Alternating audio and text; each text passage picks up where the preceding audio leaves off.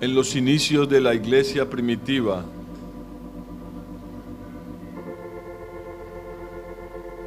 después de la muerte y la resurrección de Jesús,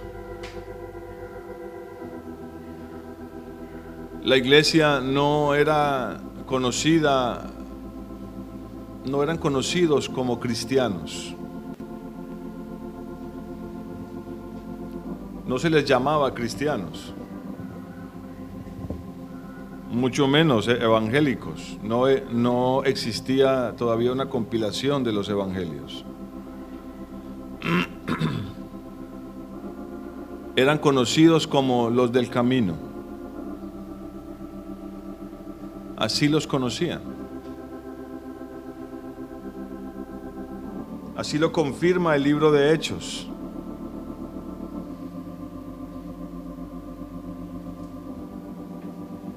Voy a leer algunos textos. El apóstol Pablo, cuando está testificando delante de los gobernantes romanos, estando preso, él está contando, dice en Hechos 22 y verso 4, para los que toman nota. No tienen que ir ahí si no quieren. Hechos 22 y verso 4, el apóstol dice: perseguía yo este camino hasta la muerte, prendiendo y entregando en cárceles a hombres y mujeres.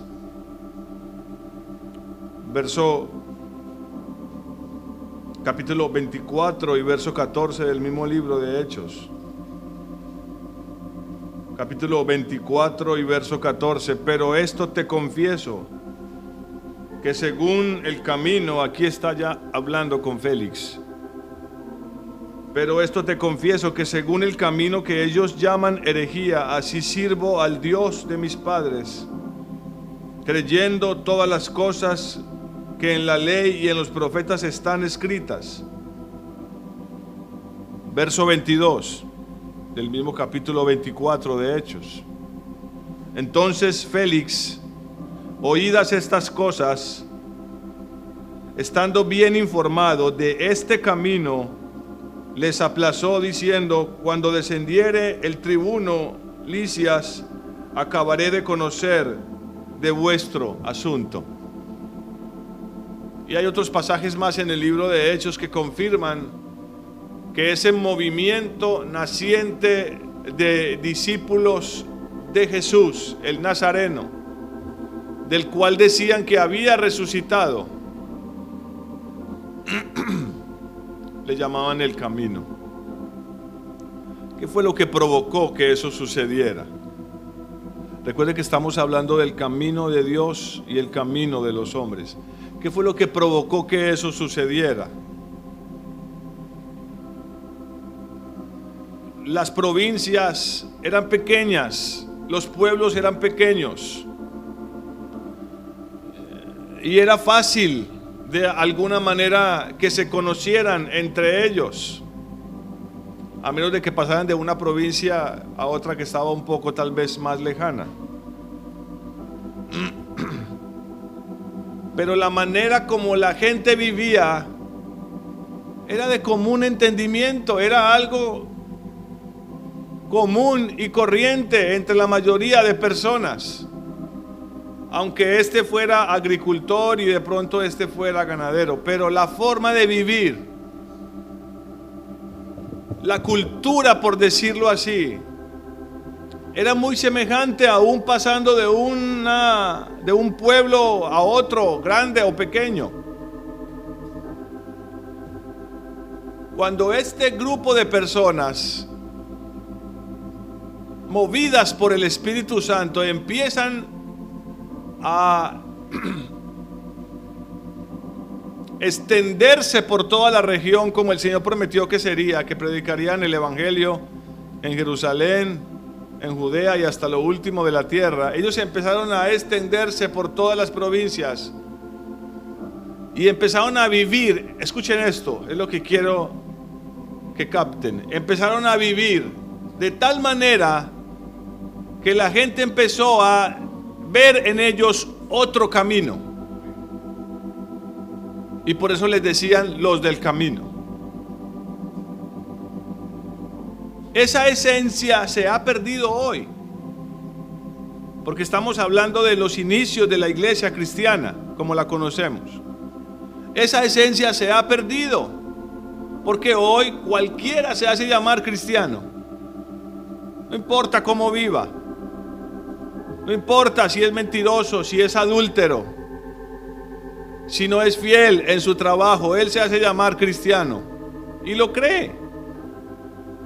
Él mismo se lo cree. Esa persona a sí misma se hace creer que lo es. Aunque no es honesto, no es amable, no tiene un corazón puro, con mucha facilidad piensa mal de otros, no tiene ningún control sobre su lengua para decir cosas que no debería haber dicho. Estas cosas que sucedieron en el inicio de la iglesia se han perdido. La gente debería conocernos, no solo porque nos vestimos diferente el día domingo para venir a la iglesia, o porque de repente alguien lleva su Biblia debajo del brazo. Ahí va, ese es cristiano, cristianito, aleluya. Ahí va el evangélico. No solo por eso, deberían distinguirnos por nuestra manera de vivir. Y eso tendría que provocarles a ellos el interés de preguntar: ¿ustedes por qué viven diferente? Tal vez haya sucedido porque ustedes no envían a sus hijos al colegio. Es que tenemos otro camino para hacer las cosas. Esa sería una respuesta certera. Tenemos otra manera de hacer las cosas. Hemos visto a través de la enseñanza de la Escritura y hemos aprendido de ella que hay otro camino.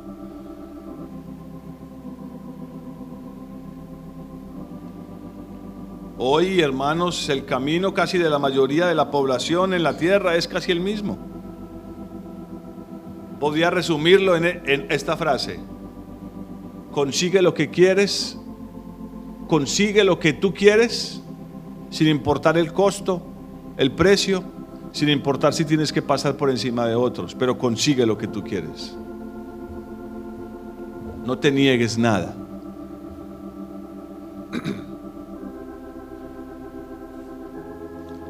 Y si no lo hacemos a la manera de como el mundo lo hace,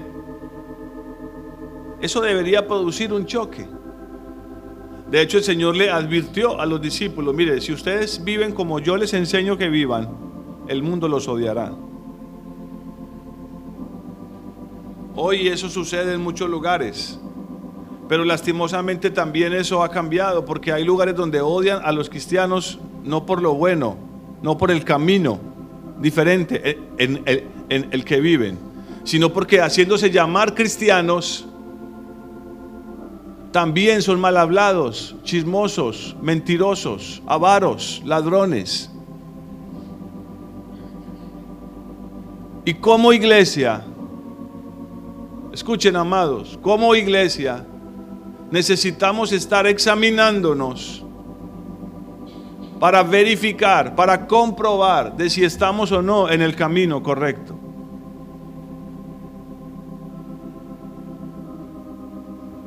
No solo en una religión.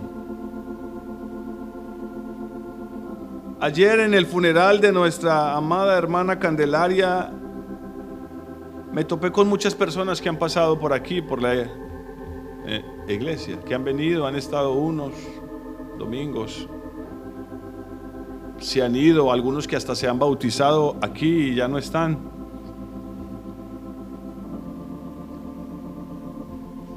Cuando logré saludar a algunos de ellos, la respuesta fue unánime: sí, pastor, tengo que volver a la iglesia. Sí, pastor, yo voy a volver. Pero a la mayoría yo les dije esto: más que volver a la iglesia, debes volver al Señor. De nada sirve que vuelvas a la iglesia si no vuelves al Señor. Y volver al Señor implica una cosa fundamental que está registrada desde el inicio de los relatos de los evangelios. Se necesita arrepentimiento. Amén. Les decía, ojalá, me gustaría verte en la iglesia, le dije a la mayoría, pero más que volver a la iglesia, necesitas volver al Señor. Porque estás andando en otro camino. Vas en otra dirección, muy diferente a la cual caminaría o andaría alguien que conoce a Dios. Es que la forma de vivir de muchos de nosotros como cristianos hoy, lo único que revela es que no conocemos a Dios y sus caminos. Es la razón por la cual estamos compartiendo esto. Otra vez, Isaías 55, que es el pasaje base que estamos viendo. Isaías 55, versículo 7.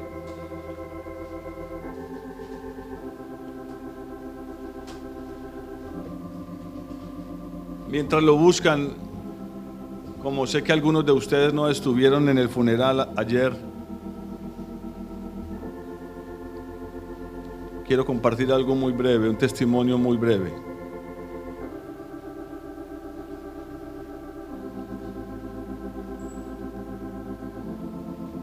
Nuestra hermana Candelaria era una mujer que desde que la conocimos, ella era muy temerosita, muy nerviosa, era muy temerosa. Y lo sé porque debido a conversaciones que tuve con ella y experiencias que tuvo ella, por ejemplo, como cuando murió su hermano Samuel, que murió estando él en la casa de ella. Cuando se infartó nuestro hermano Samuel, ella estaba con él. Y eso le había afectado muchísimo a ella. Y cuando lo conversamos, ella hablaba de eso como algo que ella no podía experimentar, algo para lo cual ella no estaba preparada. Yo le dije, es cierto, usted tal vez hoy no está preparada, pero si usted confía en el Señor, estoy tal vez parafraseándolo, pero le hablé de la confianza de Dios. Dios se encargará de lo que usted no puede controlar. Siendo ella una mujer muy temerosa, tenía mucho temor de la muerte.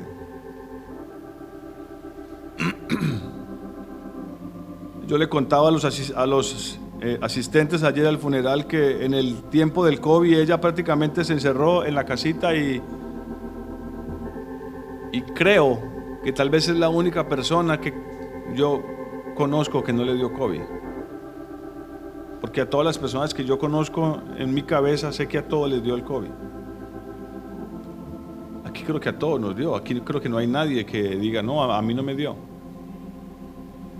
Pero a ella no le dio. Y yo creo que una de las razones para eso es que si le hubiera dado, ella tal vez se hubiera muerto debido a sus problemas de asma y sus problemas respiratorios. Y aún de su problema del corazón, ella tenía algo en el corazón. Pero ¿cuál es el testimonio, hermanos? Que hace creo que 15 días ella estaba ahí sentada en la parte de atrás y yo me puse muy contento cuando la vi, salí de la oficina y me senté a su lado y hablé con ella unos minutos. ¿De qué hablé con ella? De la muerte.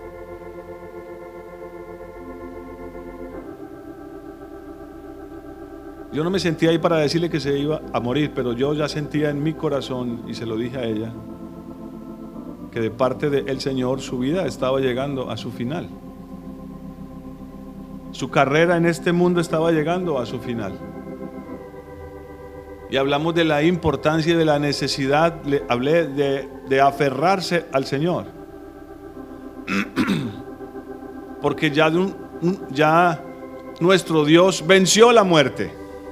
Y quien esté con Él, la muerte no podrá hacerle ningún daño. Y para mi sorpresa, ella recibió todo lo que le dije y sí, agachó la cabecita, soltó unas lágrimas, pero me agarró fuerte la mano y me apretó. Yo le dije, estamos orando por usted, usted no se preocupe ahora por nada, el Señor está con usted. Y eso lo hacía con la cabecita así, sí. Y yo le conté eso a mi esposa porque teníamos mucha carga por ella. Y mi esposa, que estuvo más de cerca con ella por ser mujer, todavía mi esposa como que necesitaba esa confirmación. Y se dio la oportunidad de ir al hospital la semana pasada. Eso fue el miércoles. No de esta, sino de la antepasada. ¿Estoy en lo cierto? Y mi esposa pasó la tarde con ella. Casi toda la mañana con ella hasta después del mediodía. Y para no extender el tema, mi esposa salió de ahí con el mismo testimonio. Había en ella una tranquilidad que no era normal en la hermana Candelaria.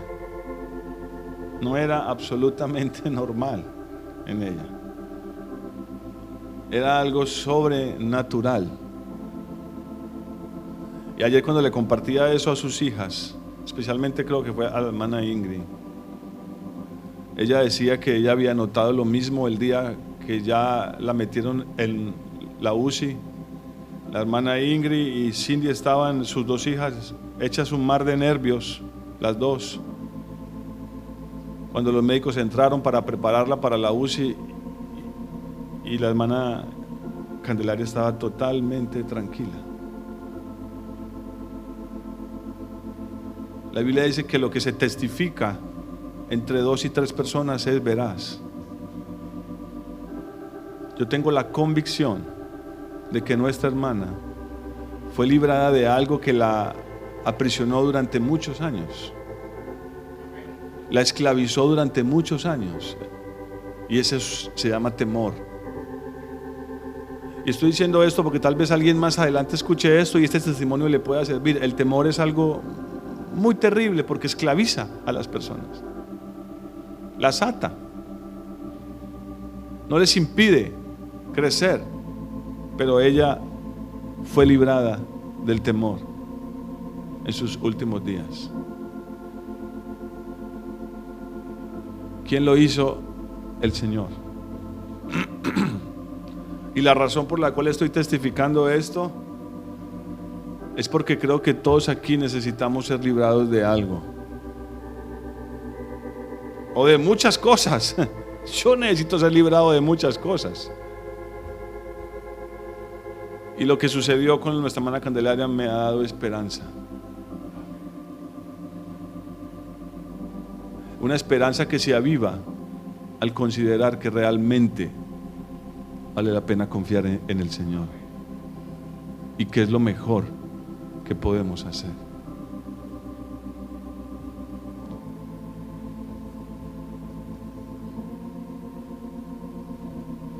Por eso les invito a considerar la manera como estamos viviendo y si en verdad estamos confiando o no en el Señor. Tal vez el Señor tenga que acorralarnos en algún rincón para que no nos quede otra opción más que elevar nuestros ojos al Señor y decir: ¿a quién tengo yo en los cielos sino a ti? ¿A quién? ¿Quién más? Por eso leí aquel salmo ayer en el funeral que dice: no confiéis en príncipes ni en hijos de hombres. No hay respuesta en el hombre cuando Dios tiene un propósito con alguien, hermanos. Amén. Cuando Dios tiene un propósito con alguien, no hay forma de que el hombre intervenga. Si Dios tiene un propósito con alguien, Él quiere cumplirlo. Dios es fiel. Y como sé que aquí todos nosotros necesitamos ser libres de algo, quería compartir ese testimonio porque sé que todos no estuvieron en el funeral. Amén.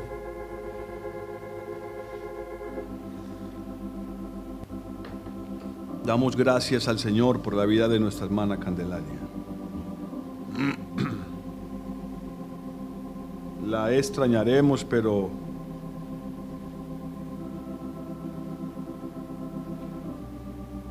el lugar en donde está ahora es magnífico, glorioso. Isaías 55 y verso 7.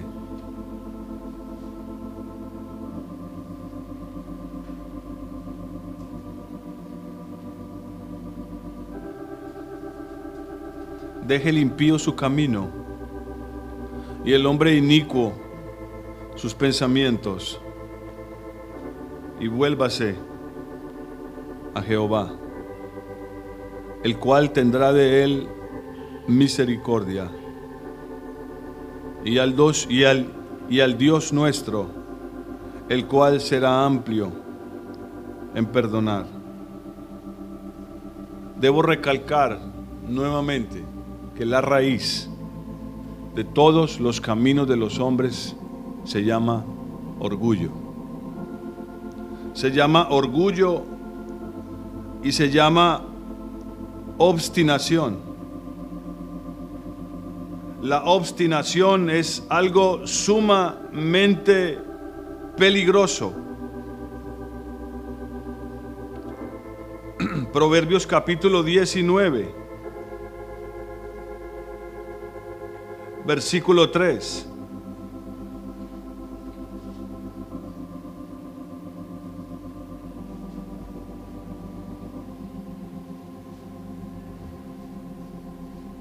Proverbios 19 y verso 3.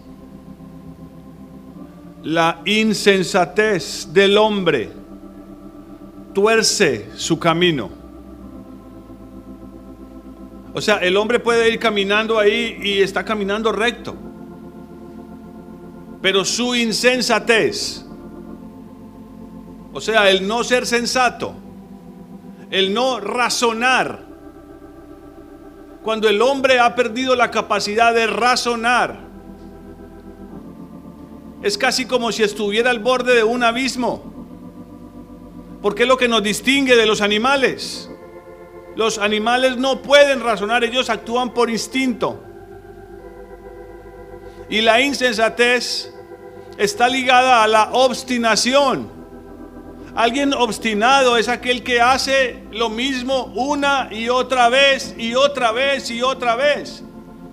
Aun cuando las veces que lo ha hecho ha salido sangrando, adolorido, golpeado, dañado. O aun cuando las cosas que ha hecho le han hecho daño a otros.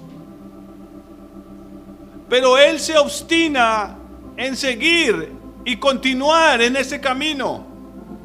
La razón es que esa persona ya no puede ser sensata, ya ha perdido la capacidad de razonar. Hay un versículo que no había anotado y se me vino a la mente esta mañana y lo busqué porque no recordaba la cita. Pero déjenme terminar de leer Proverbios 19:3, porque están ahí, ¿cierto? La insensatez del hombre tuerce su camino y luego contra Jehová se irrita su corazón. Luego se enoja contra Dios. Jonás era un hombre obstinado, aunque no había perdido la razón por completo. Cuando él se da cuenta que la tormenta cada vez es más fuerte y que está a punto de destruir el barco en el cual él está huyendo de Dios, él razona y dice: es mejor que me echen al mar, porque si no todos vamos a morir. Esto que está pasando es culpa mía. Y ahí, estando en el vientre del gran pez, él razona. Como razona el hijo pródigo cuando, habiéndose acabado el dinero de fruto de su libertinaje, él está sentado con los cerdos y quiere comer la comida de los cerdos porque tiene mucha hambre. Tuvo que pedir trabajo y lo único que consiguió fue cuidar cerdos, lo cual era una abominación para un judío, porque el cerdo era considerado un animal inmundo. Pero él ahí sentado razona. Ahora, ¿por qué les estoy hablando de esto? Ya voy a decirles por qué, hermanos. Porque voy a hablarles un poco esta mañana del arrepentimiento. Acabamos de leer en Isaías 55: deje el impío su camino, el inicuo sus pensamientos y vuélvase a Jehová. El concepto volverse al Señor es arrepentimiento. Y vivir, escuchen esto, y si usted toma nota, póngalo ahí. Vivir bajo un espíritu de arrepentimiento continuamente guardará nuestra razón, guardará nuestra capacidad de razonar, porque aún la carne que está todavía en nosotros puede arrastrarnos a tentaciones, a obras pecaminosas. Pero si hay un espíritu de arrepentimiento sobre nosotros, debido a la gracia de Dios, porque es por la gracia de Dios, podremos razonar y decir: ¿yo por qué estoy haciendo esto? ¿Por qué estoy engañando a mi esposa? ¿Por qué estoy mintiéndole a mi esposo? ¿Por qué estoy alejándome de Dios? ¿Por qué estoy tratando mal a mi familia? ¿Por qué hago esto? Esto no es correcto.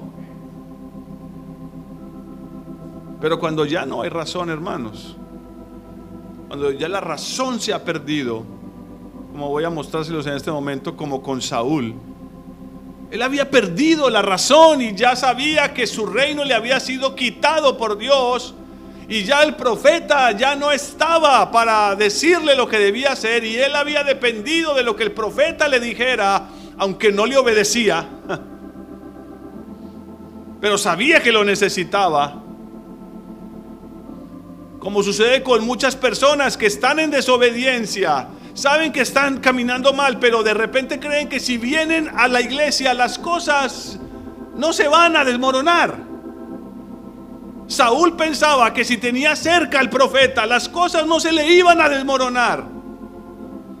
Pero el profeta muere.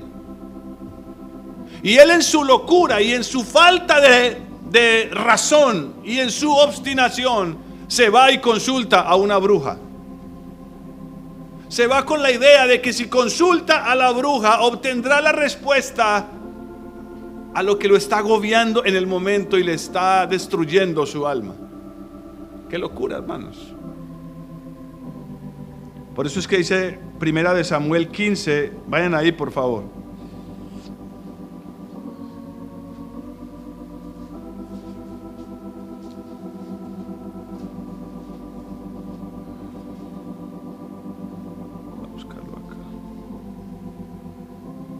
Primera de Samuel 15, vamos a leer desde el versículo 22. Antes de que Samuel muriera, Samuel le dijo estas palabras a Saúl. ¿Están ahí? Amén. Este es uno de los pasajes. Hay muchos pasajes en la Biblia que todo cristiano debería recordar. Este es uno de ellos, importantísimo.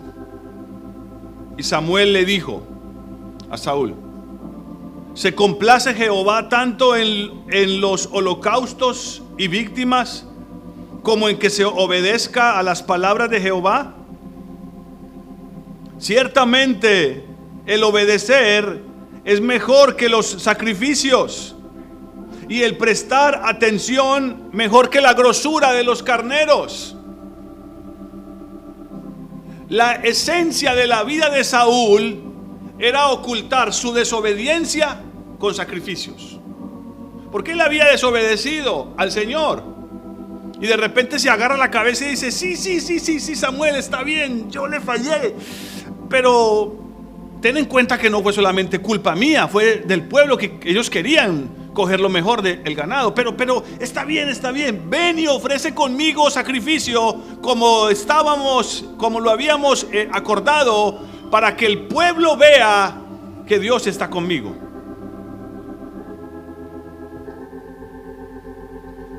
Esa es la esencia que está destruyendo miles de vidas cristianas hoy. Voy a ir a la iglesia para que los que me rodean piensen, crean que estoy con Dios, que Dios está conmigo. Pero de repente lo que intento ocultar es una desobediencia al Señor. No estoy obedeciendo su camino. No estoy siendo fiel a su camino. Oh, esto es serio, hermanos. Esto es sumamente grave. Y miren dónde se pierde la razón. Sigamos leyendo. Verso 23, ¿están ahí? No se distraigan. Verso 23. Porque como pecado de adivinación. Porque como pecado de adivinación es ¿qué? La rebelión. ¿Qué es rebelarse? No obedecer lo que se ha dicho. No obedecer en este caso lo que la palabra de Dios dice. No obedecer el consejo que se nos da. No obedecer la enseñanza de la Escritura que recibimos cada que venimos a congregarnos. Es rebelión. Está dentro del corazón de todo ser humano, suyo y mío. Pero ¿con qué compara esa desobediencia? ¿Están aquí? ¿Ah? ¿Qué es adivinación? En ese contexto. O sea, ya les relaté cómo terminó Saúl. Intentando consultar a Dios, entre comillas, ¿a través de quién? De una bruja, de una pitonisa.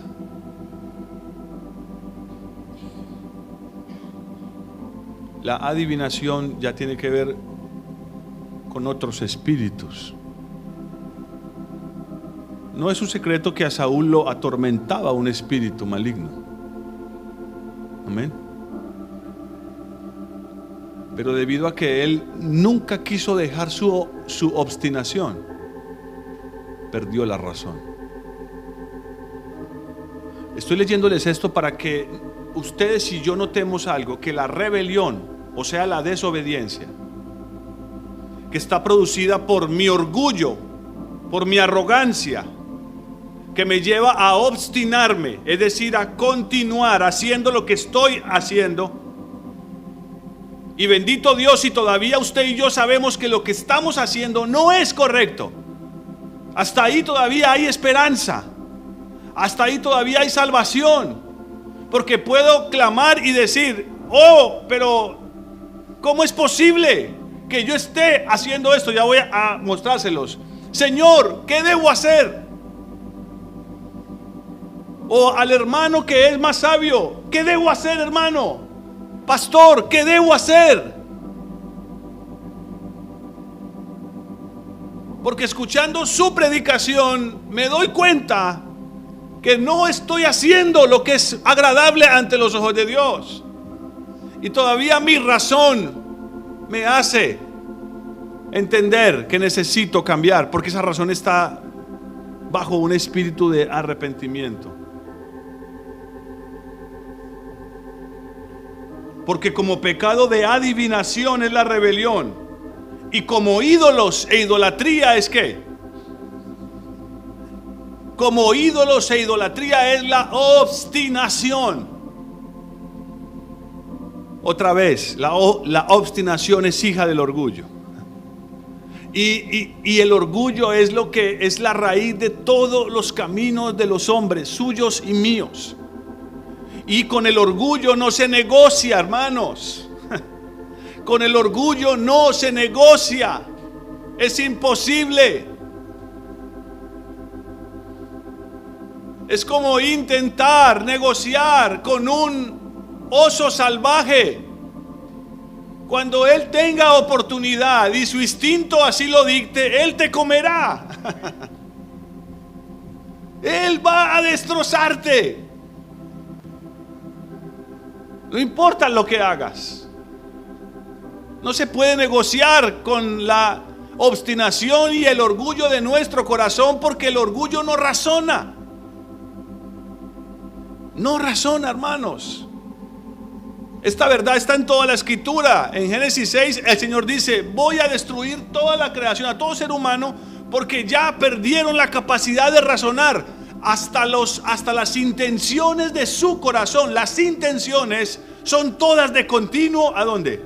Al mal, al mal. Solo quieren hacer lo malo y ya no razonan.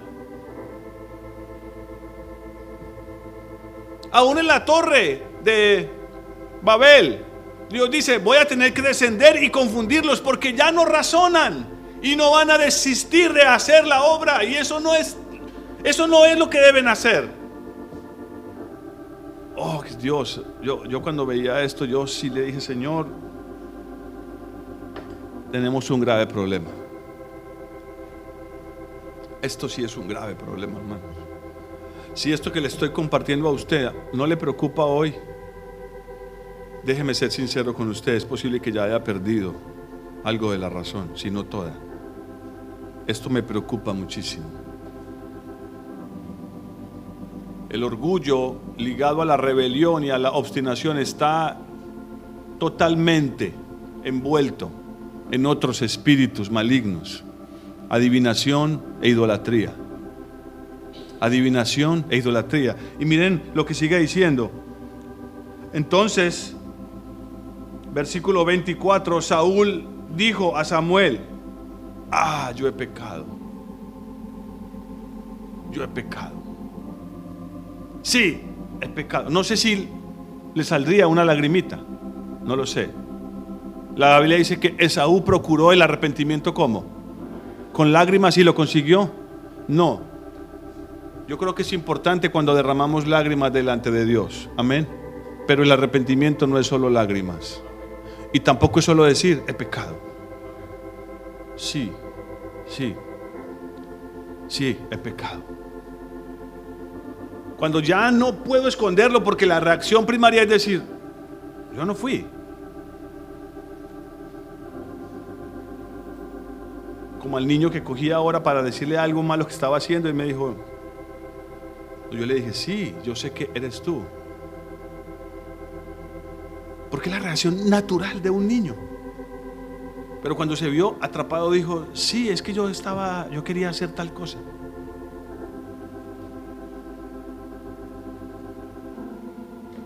No se preocupe, no estén pensando si fue su hijo. La mamá de ese hijo ya sabe lo que pasó.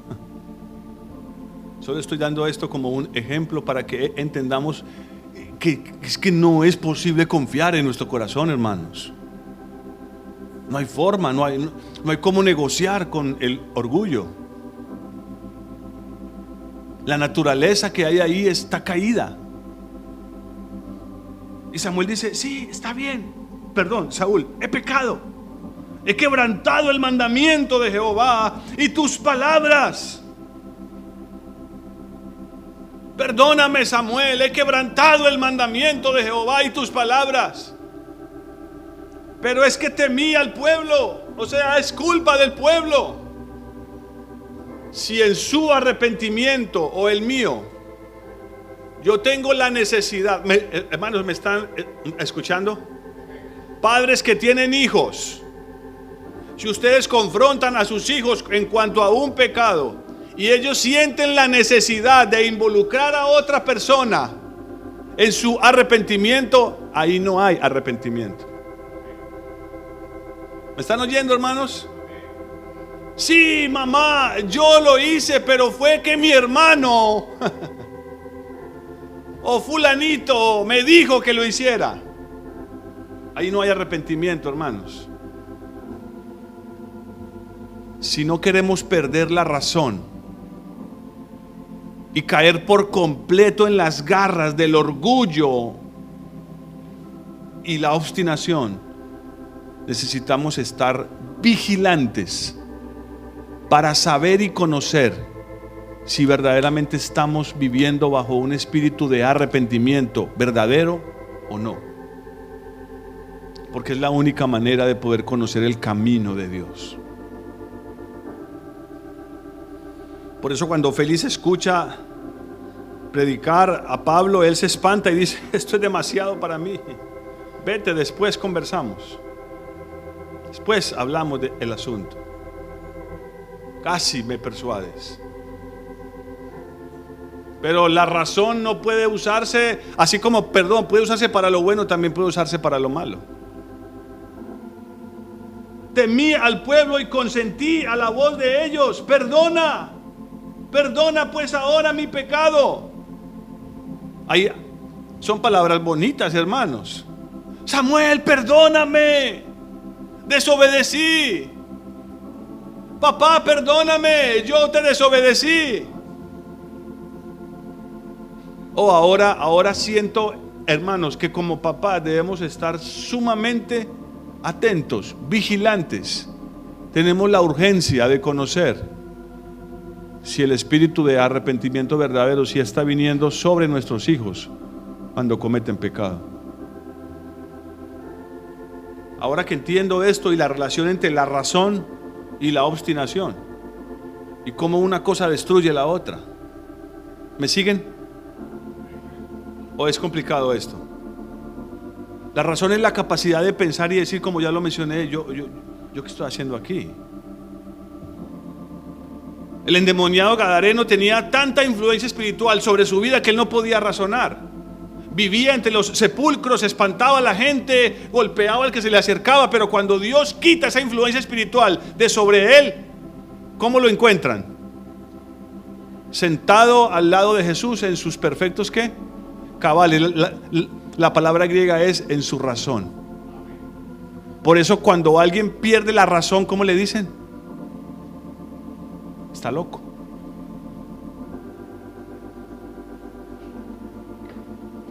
Hombre, pero fulano está loco. ¿Cómo es que hizo eso? Hemos dicho eso muchas veces, ¿no? Hombre, pero estás loco. ¿Por qué hiciste eso? Estás loco.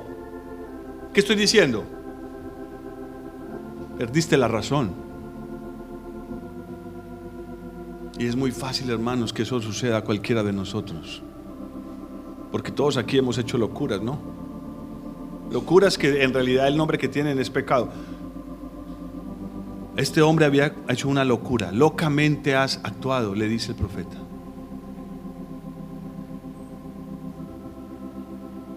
Pero él le dice: perdóname. Vayamos a Lucas capítulo 3.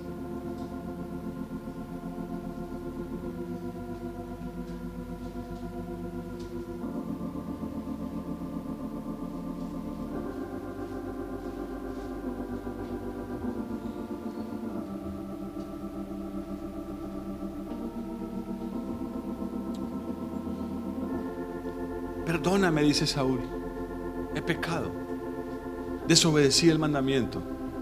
Pero ¿saben qué es lo triste, hermanos? Ahí no había arrepentimiento. Arrepentimiento no es solo poner una carita triste y de pronto echar una lágrima y decir: perdóname, he pecado. No, hermanos, para tener arrepentimiento necesitamos estar bajo el espíritu de arrepentimiento. ¿Sabe cuál es la buena noticia, hermanos? Porque esto me asusta mucho. Lo que les he compartido hasta este momento, no sé a usted, pero a mí me asusta. A mí, como cristiano, me asusta muchísimo. Porque es muy fácil pasar de la razón a la locura. ¿Me entienden a qué hago referencia? Es muy fácil. Por eso es que necesitamos tanto, hermanos, que la palabra de Dios, su palabra, que estemos comiéndola, leyéndola, meditándola, estudiándola, memorizándola, permitir que la palabra de Dios transforme nuestro entendimiento, para que no perdamos la razón. una razón sana, pura. Como dice Pablo, mire, el que verdaderamente quiere caminar con Dios, va a pensar en todo lo que es honesto, en todo lo que es puro, en todo lo que es amable, en todo lo que es de buen nombre. No va a estar pensando ni en el impío, ni en las cosas que hace el impío, ni en los placeres, ni en lo otro. Claro, podemos tener alguna conversación que haga referencia a lo que este mundo hace o lo que está pasando. Está bien, pero que no sea eso lo que esté llenando mi corazón, ni el trabajo, ni las dificultades, ni lo otro. Es Cristo Jesús lo que debe llenar nuestro corazón, su palabra. Y hay muchos más pasajes, hermanos. La iglesia de la Odisea, que está representada en un hombre, él razona y él cree que está bien, que es rico, que no tiene necesidad de nada, pero él dice, no sabe que está desnudo, que es un miserable. Saúl no sabía que era un miserable, que estaba desnudo, que ya Dios le había quitado el reino, pero él pensaba que si se juntaba con Samuel y ofrecía un sacrificio con Samuel, ¿cuál cristiano contemporáneo que cree que si viene a la iglesia, amados, por favor, mire, les estoy rogando para que abran sus corazones? Esto es algo que todos aquí necesitamos examinar. No es un señalamiento, no es una condenación para nadie. Esto no es un juego. No podemos tomar a la ligera el camino de Dios,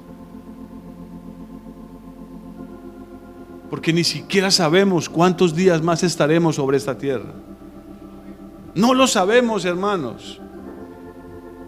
Por muy sano que te encuentres, por muy sano que te encuentres.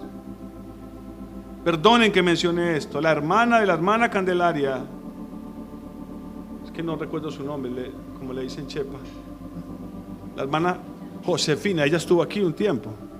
Es la esposa del hermano Héctor, que murió en el tiempo del COVID. ¿Recuerdan al hermano Héctor? Ella lleva mucho tiempo más enferma que la hermana Candelaria, y le andan haciendo diálisis cada 3 días. Se vino en carro con sus hijos.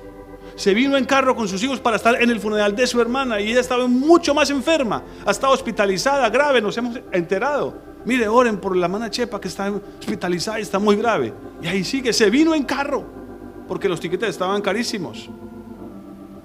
Y yo la miraba y yo decía, Señor, definitivamente tú eres el que decide.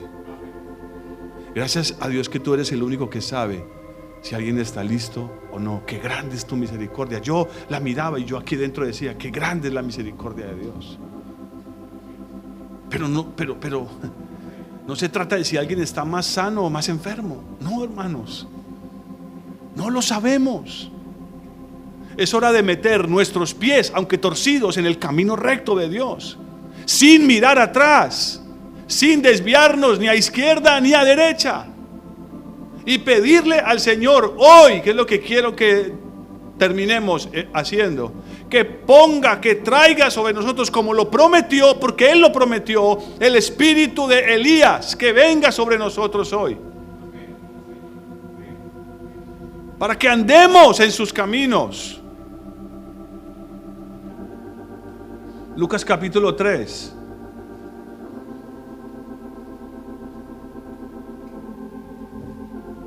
Versículo 2. Siendo sumo sacerdote Anás y Caifás. Y hay una poderosa razón para que cuando empieza a contar la historia de Juan el Bautista mencione quiénes eran los líderes religiosos de la época. Hay una poderosísima razón ahí. Siendo sumos sacerdotes Anás y Caifás, lo cual ya era un acto de corrupción, porque solo podía haber un sumo sacerdote, que hubiera 2. El solo hecho que diga que había 2 denota la degradación espiritual en la que el pueblo se encontraba. Estaban fuera del orden de Dios. Pero no tengo tiempo para eso. Los que les gusta escudriñar sabrán a qué me refiero. Entonces en esa época donde había tal degradación espiritual y desobediencia del pueblo a Dios, Esto era un acto de desobediencia y rebelión, porque solo podía haber un sumo sacerdote. Así como solo hay un mediador entre Dios y los hombres, nuestro sumo sacerdote, Cristo Jesús. Entonces inmediatamente dice que vino palabra de Dios a Juan, hijo de Zacarías, en el desierto. Y él fue por toda la región contigua al Jordán predicando el bautismo ¿de qué? Del arrepentimiento para perdón de pecados, como está escrito en el libro de las palabras del profeta Isaías, que dice: voz que clama en el desierto. Miren la voz que clamaba a través de Juan el Bautista, el mensaje que había sido predicho por el profeta Isaías. ¿Cuál era el mensaje? Preparen el camino del Señor. Hermanos, la segunda venida será como la primera. Esto ya viene tiempo pasando. Esta voz se viene siendo oída hace mucho tiempo, pero hoy debe retumbar y resonar más fuerte en nuestros corazones. Es hora de preparar el camino del Señor. Y eso no se logrará si no dejamos nuestro camino, como dice Isaías, porque ese pasaje viene de allá. Isaías, pueden verlo.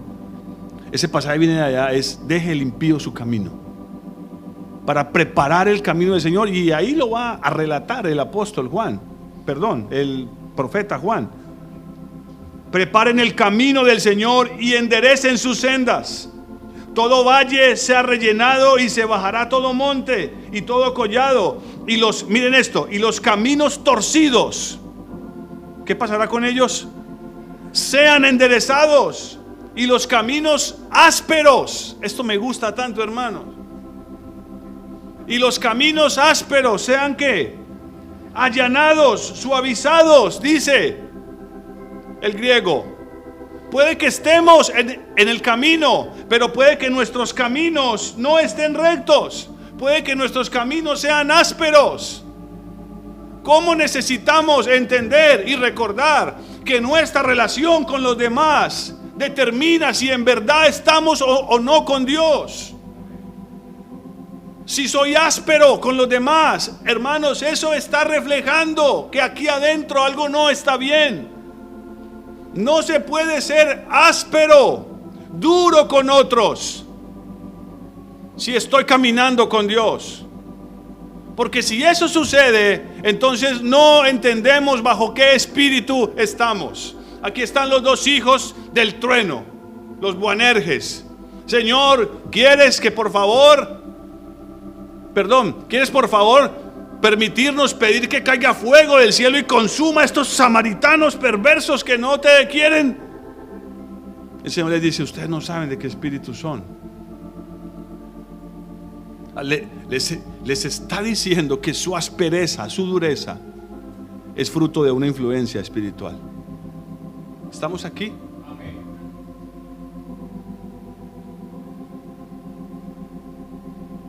No seamos ásperos, hermanos.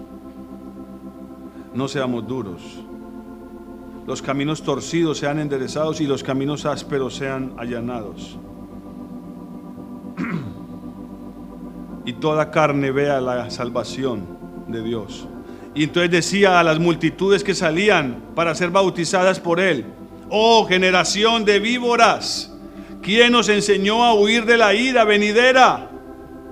Haced pues frutos dignos de arrepentimiento.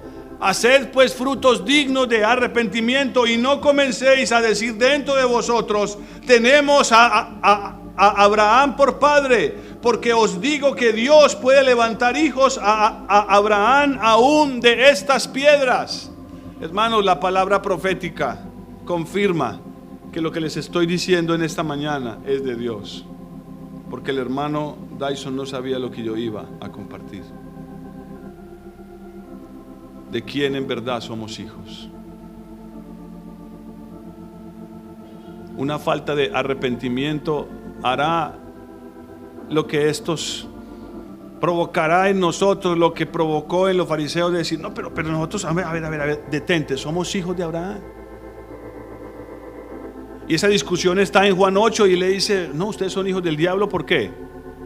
Porque las obras de su Padre hacen. Aquí Él dice, hagan obras, frutos dignos de arrepentimiento. Muestren que en verdad, comprueben que en verdad están en el camino correcto. Comprueben que en verdad están preparando el camino del Señor.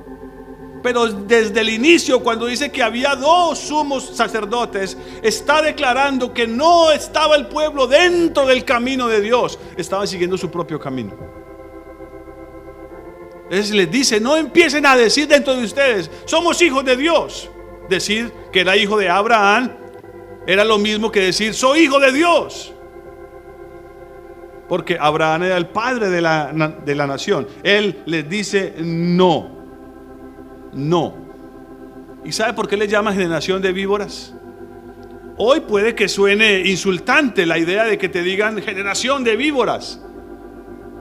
Y tal vez resultó insultante para ellos, pero la razón de esta frase es que hace una referencia a que las serpientes se esconden cuando hay fuego, huyen.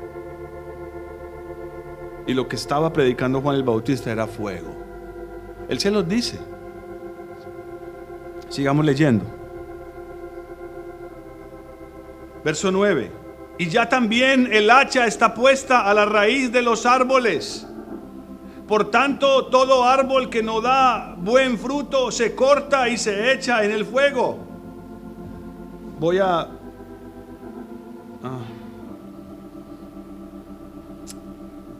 Terminemos de leerlo aquí.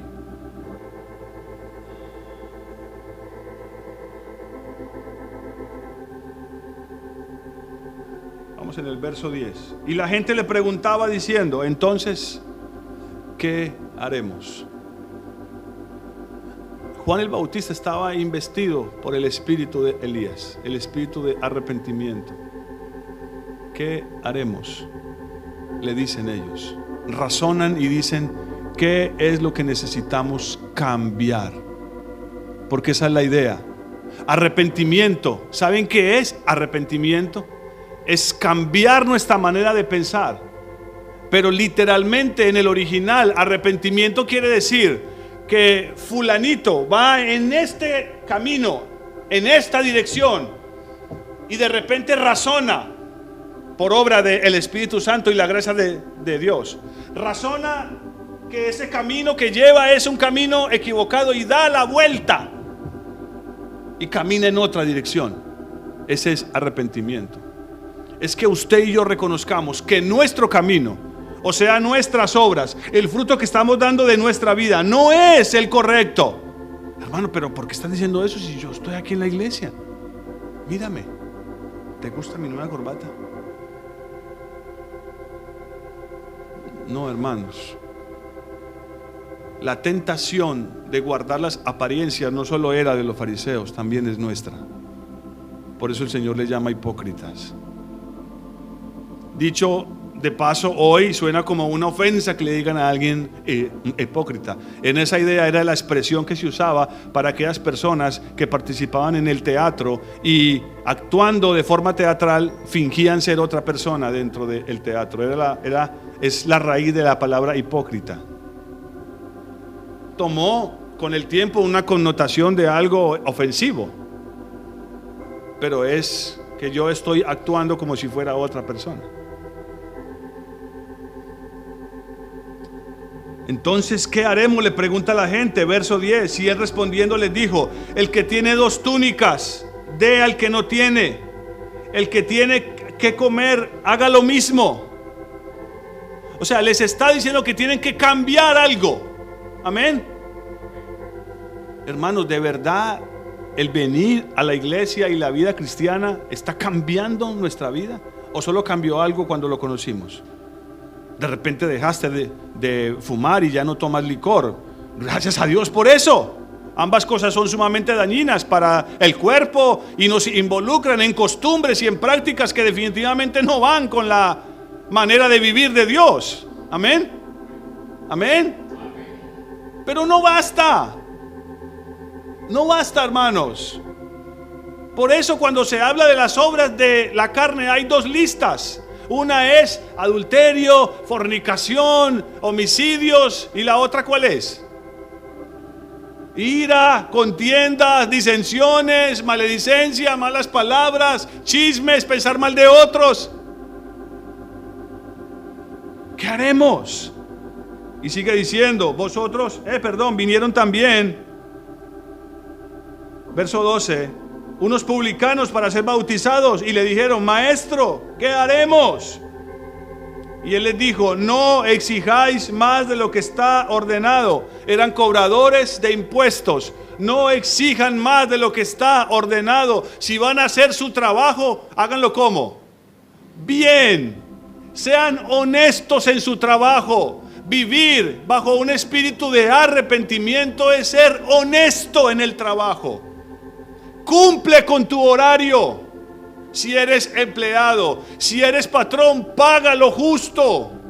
Trata bien a tus empleados. Sé honesto. Sé recto en tu trabajo. Es lo que le está diciendo él. A los anteriores les está diciendo, en su vida cotidiana aprendan a dar.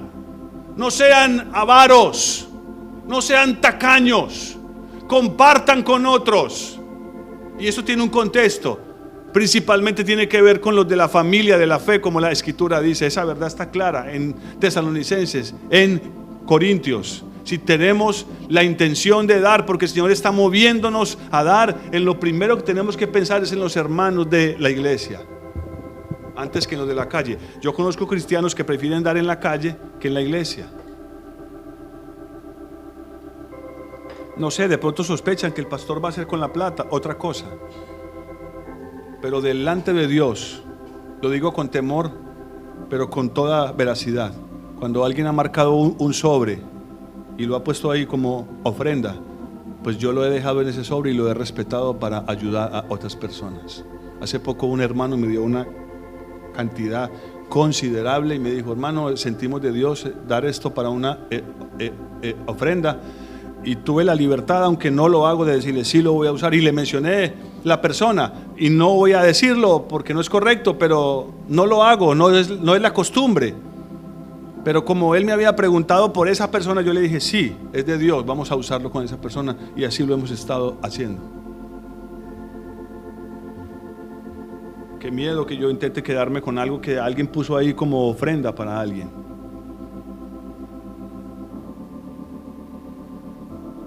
Pero pensemos primero en los hermanos. Amén. Aquí también hay necesidades. Ser recto, honesto en tu trabajo. No acudas al engaño, a la trampa en tu trabajo. Eres un empleado, sé fiel con tu horario. Sé fiel con tus horarios. Muestra que Cristo mora en ti. También le preguntaron, verso 14, unos soldados diciendo, ¿y nosotros qué haremos? Y él les dijo, no hagáis extorsión a nadie, ni calumniéis, y estén contentos con vuestro salario. A aquellos que tenemos autoridad, la Escritura nos dice, si hay un espíritu de arrepentimiento, no usemos la autoridad para aprovecharnos de otros, para abusar a otros.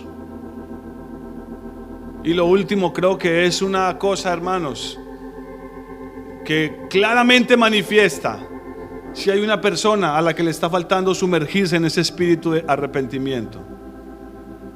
¿Cuántos estamos contentos con nuestro salario? Oh, qué difícil es eso, hermanos. Porque yo no conozco a alguien que no haya querido ganar más. Y no está mal que usted quiera mejorar su situación económica, pero otra cosa muy diferente es si usted está agradecido con lo que Dios le está dando hoy, porque tal vez Dios lo esté tratando hoy. Pero claro, esto es algo que muchas personas no van a comprender, porque entre muchas de las desobediencias que hay es que no diezman y no ofrendan. Entonces, el hecho de que alguien no diezme y ofrende es porque no está contento con su salario. Por eso no puede sacar de ahí para darle al Señor. Tenía que mencionarlo, hermanos. Amén. Si alguien no está contento con su salario, no va a diezmar porque necesita más. Cree que necesita más. Por eso no diezma y ofrenda. Y eso es una falta de arrepentimiento. Es una falta de ir al Señor, de quien depende este espíritu de Elías, y decirle: Señor, ¿qué debo hacer? ¿Qué debo hacer?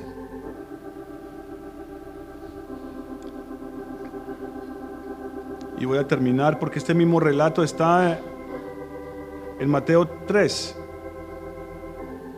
Vayan ahí.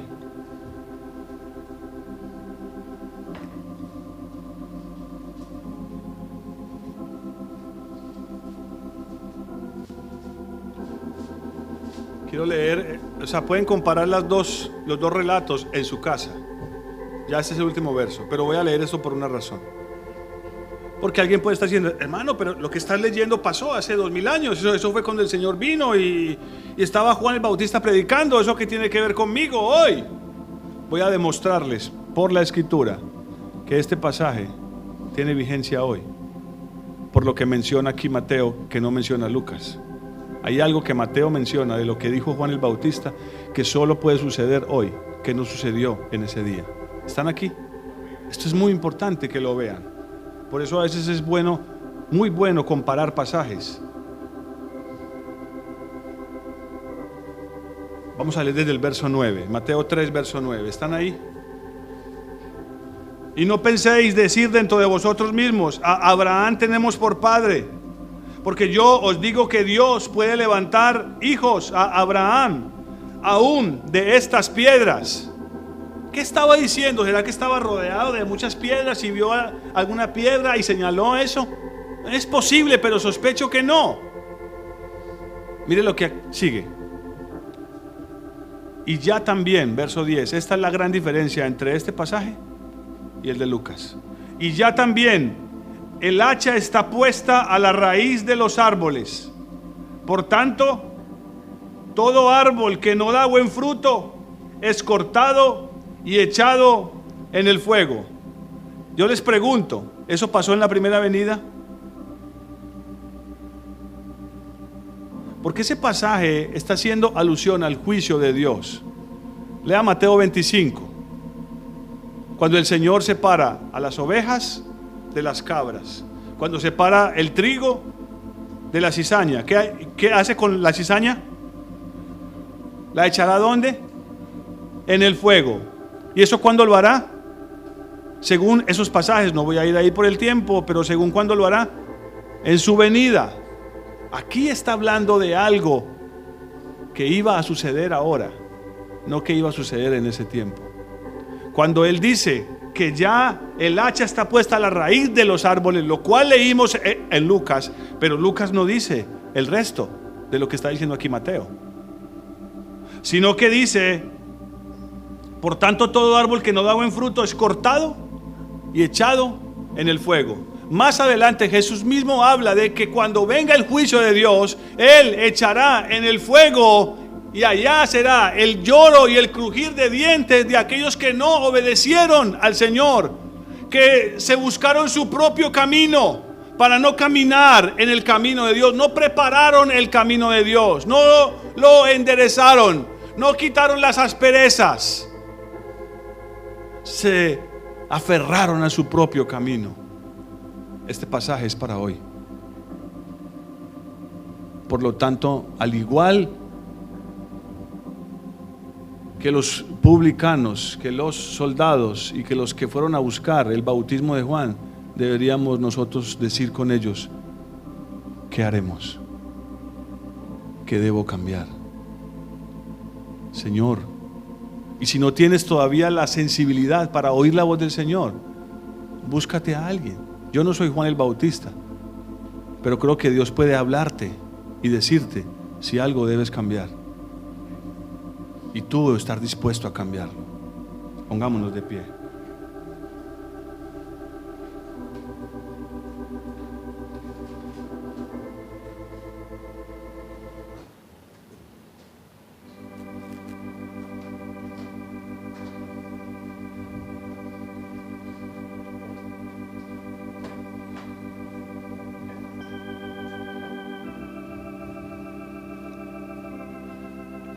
Mire lo que dice el verso 12, para los que todavía tienen dudas. Mateo 3:12.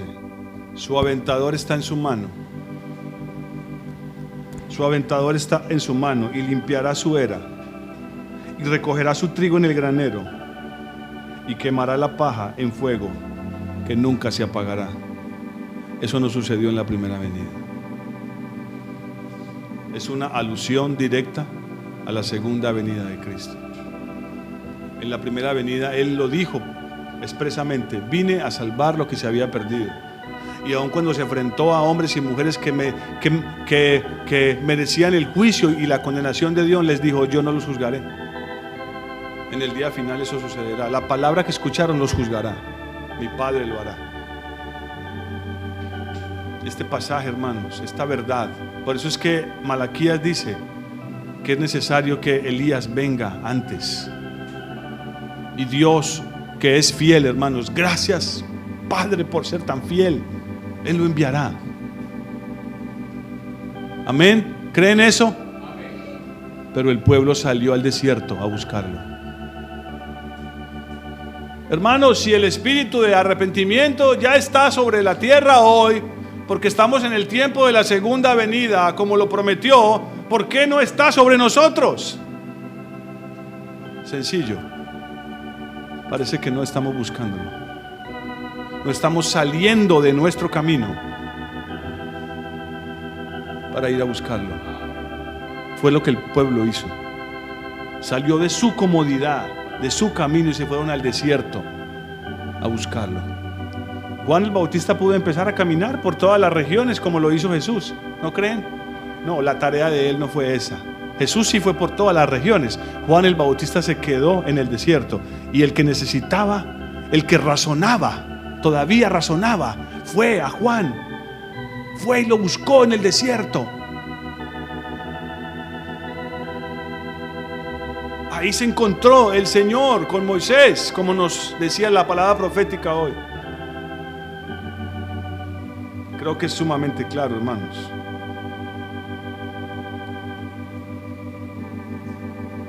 No podemos simplemente decir: ay, Señor, dame arrepentimiento.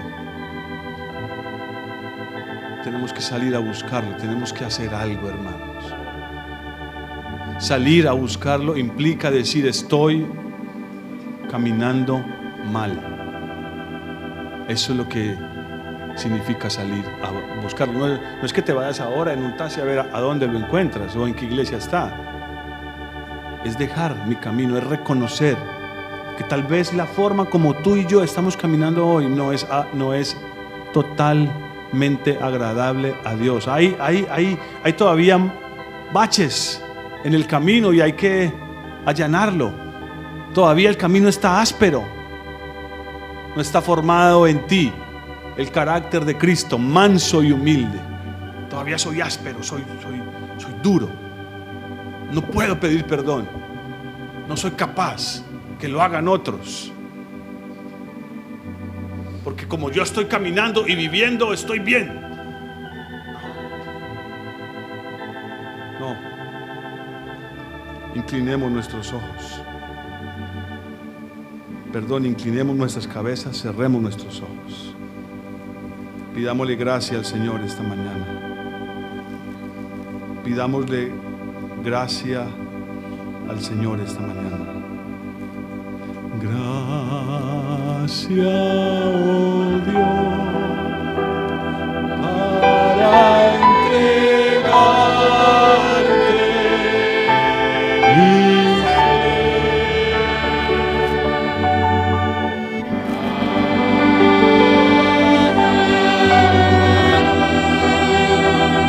A tu reposo entraré.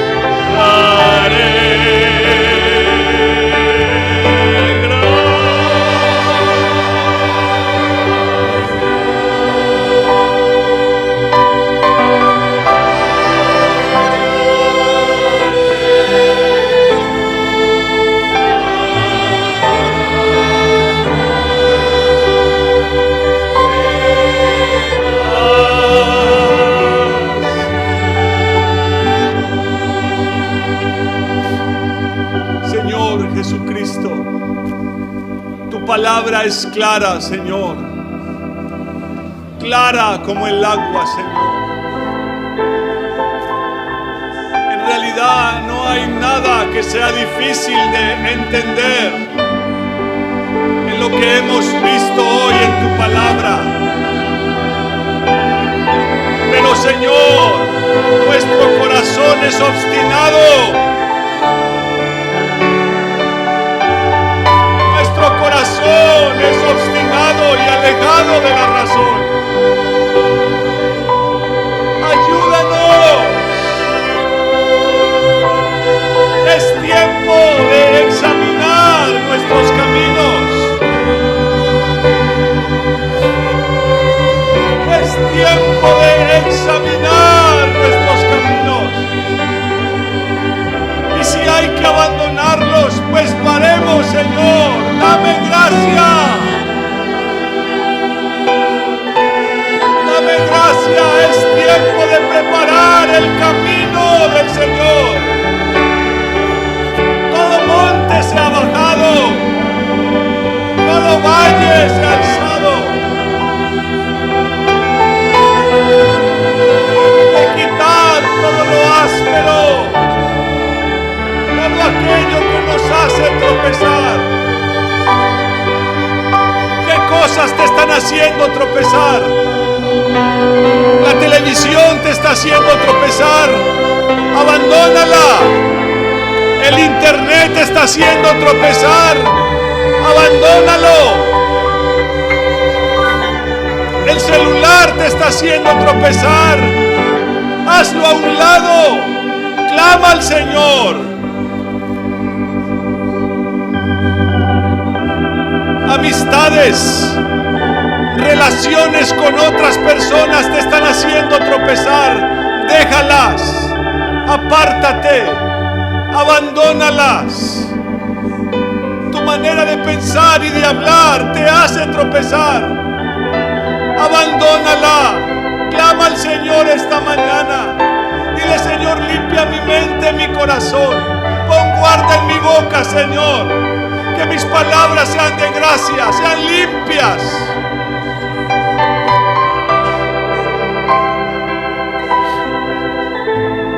Danos sabiduría y gracia para quitar lo áspero, Señor. Para quitar lo áspero del camino. Para arrancar lo que haya que arrancar, Señor.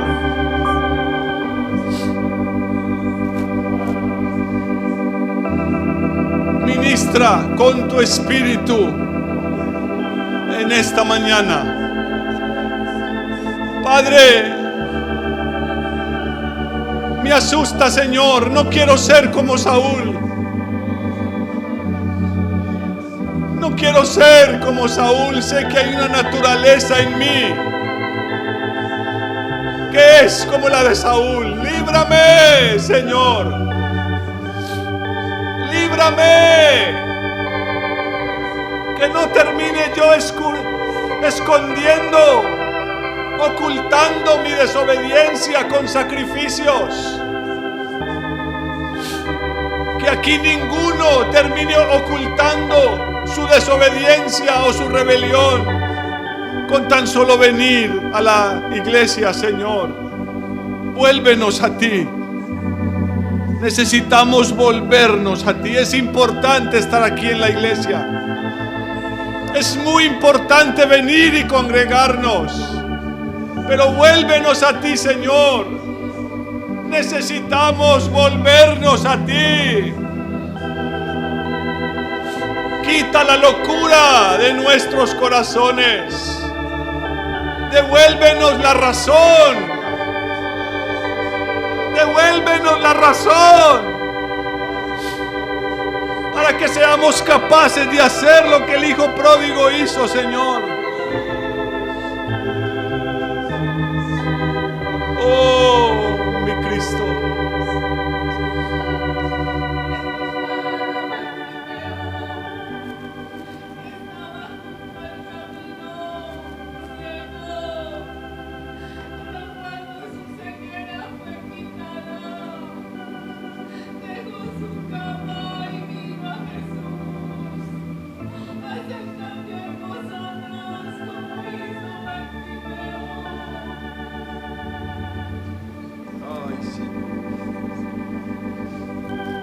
para hacer lo que hizo Bartimeo, necesitamos reconocer que somos ciegos.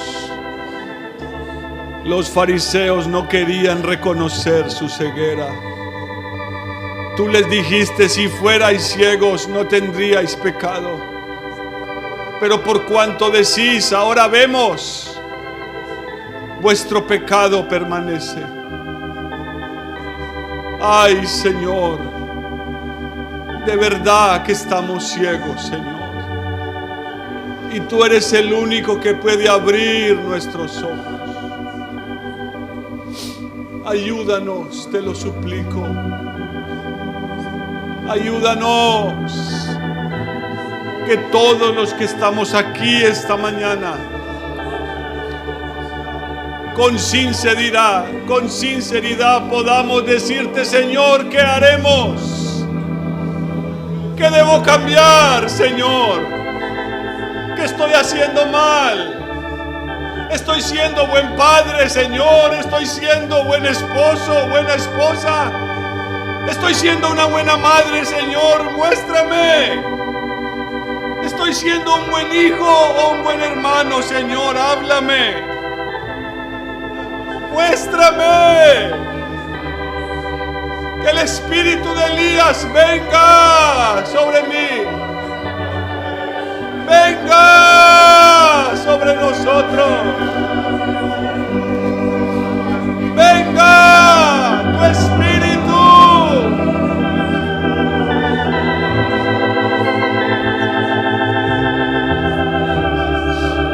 Venga tu espíritu sobre nosotros. Yo lo necesito, Señor. Yo lo necesito. Yo lo necesito, amado.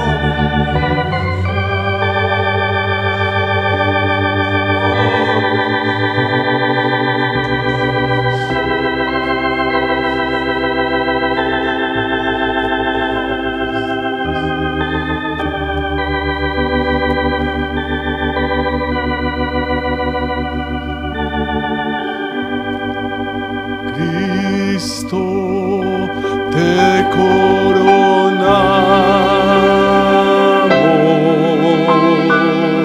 te proclamamos nuestro Rey, morando en nuestras alabanzas.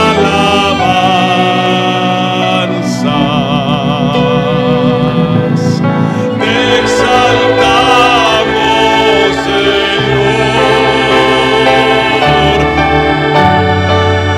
al adorarte en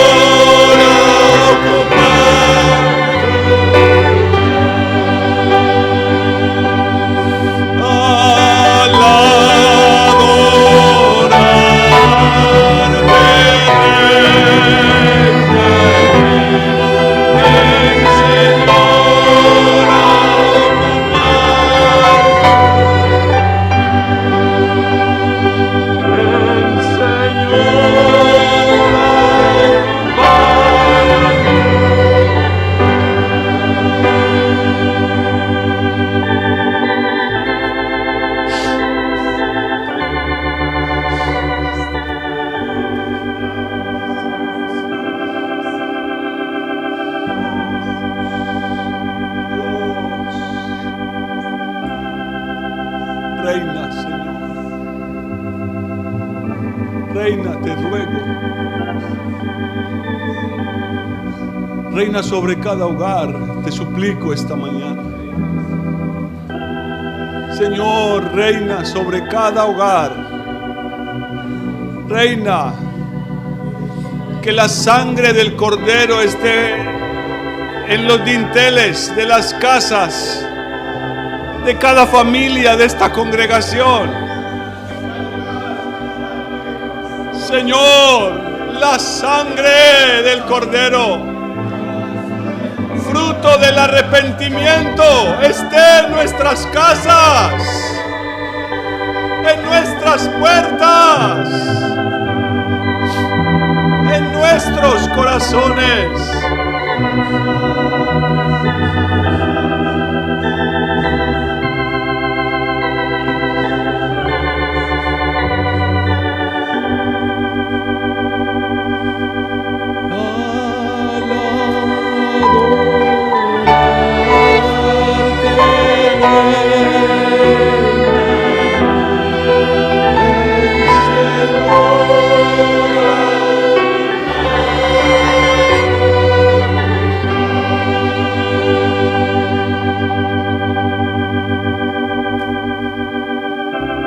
Gracias, Señor, por mostrarnos tu camino y por darnos la oportunidad y el privilegio de andar por él.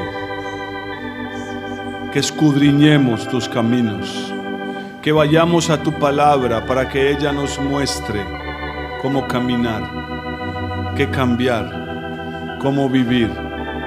Y sobre todo, Señor, que cada uno de nosotros tengamos el anhelo y el deseo de ser como Cristo. Gracias, Señor. Amén y amén.